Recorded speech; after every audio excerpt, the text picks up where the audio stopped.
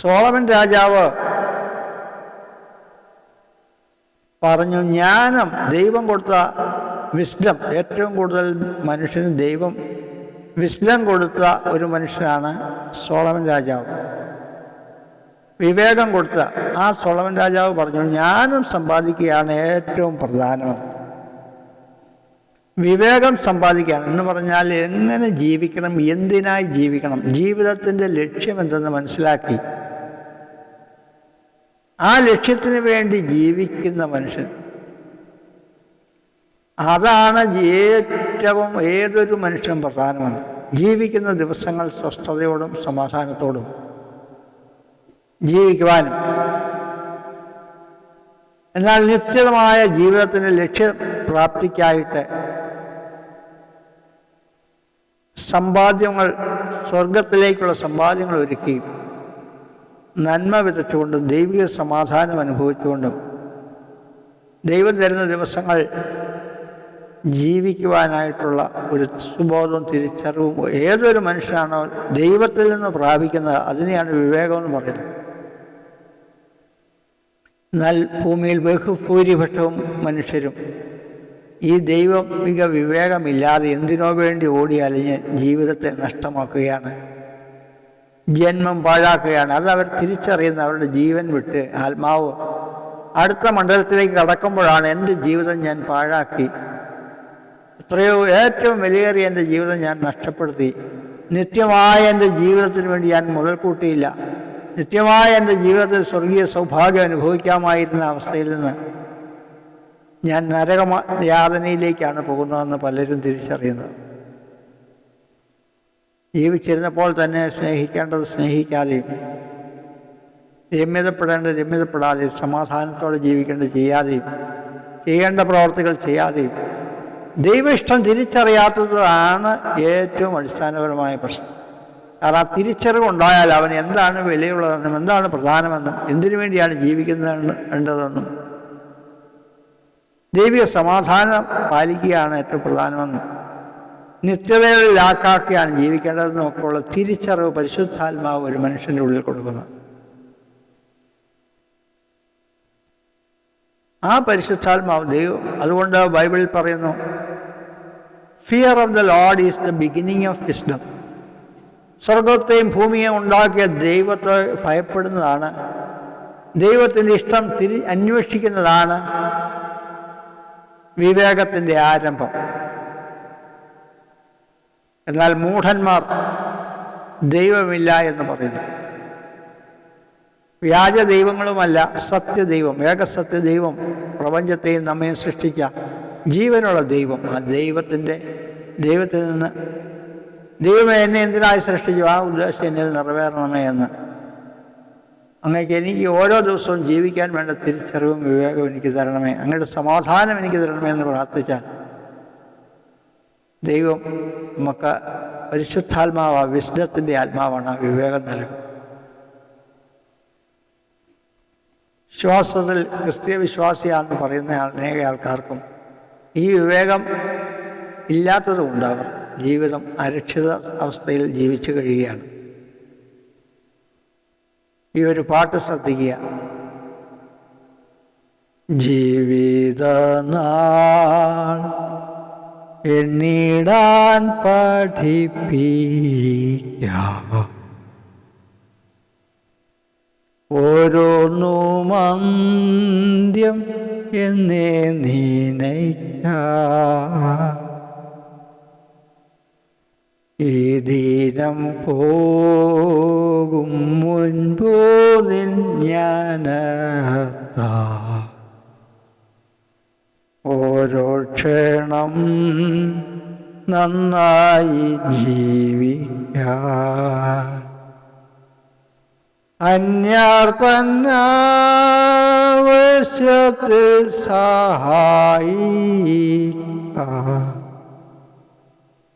ധന്യമാം ശുദ്ധ ചിത്തം നൽകുക, സ്നേഹം നൽകാൻ നന്മയിൽ സേവിക്കാനും, യേശുവിൻ ജീവനെന്നിൽ പ്രകാശിക്കാനും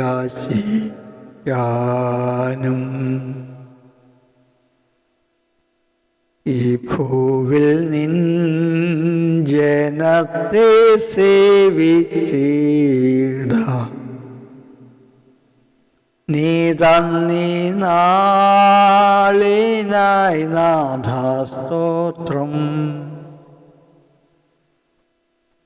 സമ്പൂർണമായി നിന്നിഷ്ടം നിറവേറ്റാം. എൻ ജീവിതം ബലിയായി നൽകുന്നു.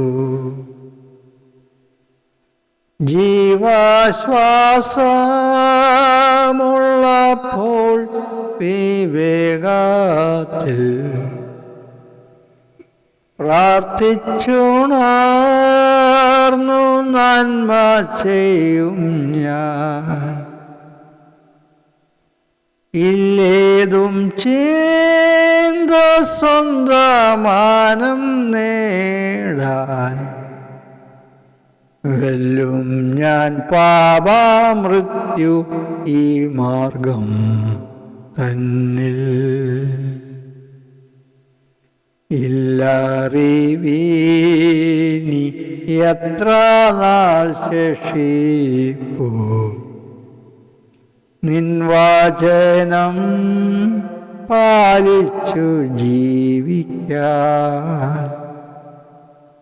കാഹളനാദം ദൂതർ ശബ്ദം കേൾക്കാം. കാംക്ഷിച്ചു ദാസർ ജീവിച്ചിടുന്നു. നിൻ വരവിൻ നാളേതെന്നറിയില്ല.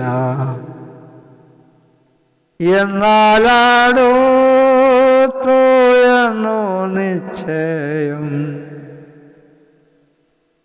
ആകയാൽ ദീപങ്ങളിൽ പാത്രം തന്നിൽ ധാരാളം എണ്ണ സംഭരിച്ചിടാം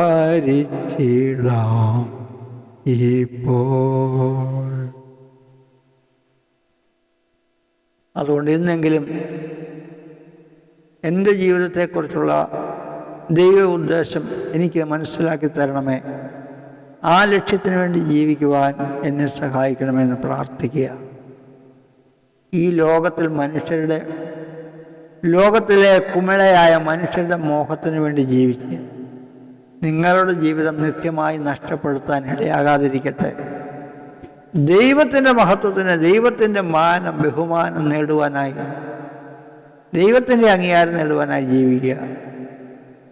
നിങ്ങളുടെ ജീവിതം അർത്ഥസമ്പുഷ്ടമായി തീരും. ഈ ലോകവും അതിൻ്റെ മോഹങ്ങളും നൊടിനടയിൽ കടന്നു പോകും. ഈ ലോകം പോകുന്നതിന് മുമ്പേ നിങ്ങൾ കടന്നു പോകും. എന്നാൽ ദൈവത്തിൻ്റെ ഇഷ്ടം ചെയ്യുന്ന മനുഷ്യൻ എന്നേക്കും ജീവിക്കുന്നു. ഈ ലോകത്തിൻ്റെ മോഹത്തിൽ, ഈ ലോകത്തിലെ മനുഷ്യരുടെ മുമ്പിൽ വലിയവനാകാൻ ആഗ്രഹിച്ച് വിളങ്ങി കുറേ നാൾ നടക്കാമെങ്കിലും നൊടിക്കുന്നതിനിടയിൽ നിങ്ങളുടെ ആത്മാവ് ശരീരത്തിൽ നിന്ന് വേർപെട്ട് മുന്നോട്ട് പോകുമ്പോൾ പിന്നെ നിങ്ങൾ പ്രസാദിപ്പിച്ച ഈ മനുഷ്യരെ ആരെയും കാണുകയില്ല. നിങ്ങൾ ദൈവിക ന്യായവിധിയുടെ മുമ്പിൽ നിൽക്കേണ്ടി വരും. ആ തിരിച്ചറിവോട് ഗൗരവത്തോടും കൂടി മനം തിരിഞ്ഞ് ദൈവത്തിലേക്ക് തിരിയുവാൻ, ബുദ്ധിയുള്ളവരായി വിവേകമുള്ളവരായി തീരുവാൻ നിങ്ങളെ ബുദ്ധി ഉപദേശിക്കുകയാണ്.